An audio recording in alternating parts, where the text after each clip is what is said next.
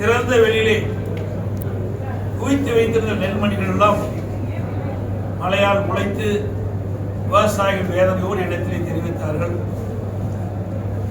நாங்கள் கொண்டு வந்த நெல்லை கொள்முதல் செய்யாத காரணத்தினாலே 20 நாட்கள் நெல்மணிகளை திறந்த வெளியிலே கொட்டி பாதுகாத்துக் கொண்டிருக்கின்றோம். இருந்தாலும் மழை காரணத்தினால் இந்த நெல்மணிகள் எல்லாம் முளைத்து எங்களுக்கு பெரும் நஷ்டத்துக்கு நாங்கள் ஆளாயிருக்கின்றோம் என்ற செய்தியெல்லாம் எங்களிடத்தில் தெரிவித்தார்கள். இதே அனைத்து இந்திய அண்ணா திராவிட முன்னேற்ற கழகம் ஆட்சி இருக்கின்ற பொழுது ஒவ்வொரு நேரடி நெல் கொள்முதலிலும் தினந்தோறும் 1000 மூட்டைகள் எடை போடப்பட்டது. அதற்கு வந்து திராவிட முன்னேற்ற கழக ஆட்சியில் வெறும் 800 மூட்டை தான் எடை போட்டு இருந்தாங்க. அதிமுக ஆட்சியில் கூடுதலான மூட்டைகள் எடை போட்டு அவ்வப்போது விவசாயிகள் கொண்டு வருகின்ற அந்த நெல்லை உடனுக்குடன் நேரடி கொள்முதல் நிலையத்தில் கொள்முதல் செய்யப்பட்டு அவர்களுக்கு உடனடியாக அவர் வங்கியிலே பணம் செலுத்தப்பட்டது.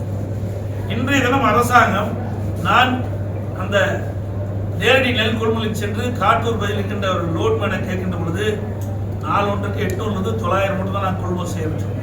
ஆனால் அமைச்சர் சட்டமன்றத்தில் 4 ஒன்றுக்கு 2000 மூட்டை நான் கொள்முதல் செய்கிறோம். விடுமுறை நாட்களில் கூட நாங்கள் தொடர்ந்து விவசாயிலிருந்து நெல் கொள்முதல் செய்கிறோம் என்ற ஒரு தவறான கருத்தை, ஒரு பொய்யான கருத்தை பதிவு செய்யும்.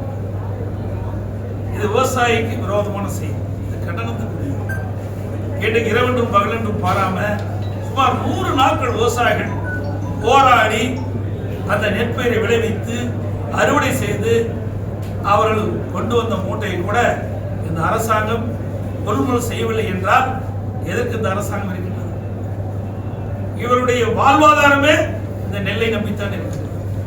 இந்த நெல் மூட்டைகளை விற்பனை செய்து அதன் மூலமாக வருகின்ற அந்த பணத்தை வைத்துத்தான் இந்த ஆண்டு முழுவதும் ஒரு குடும்பத்தை நடத்த வேண்டிய சூழ்நிலை இருக்கின்றது. விவசாயிகளிடத்திலே நேரடியாக விவசாயி கொண்டு வந்த நெல்லை கூட நேரடி கொள்முதல் செய்யவில்லை என்று சொன்னால் விவசாயிகள் எந்த அளவுக்கு துன்பப்படுகிறார்கள், வேதனைப்படுகிறார்கள், எந்த அளவுக்கு பாதிக்கப்பட்டு என்பதை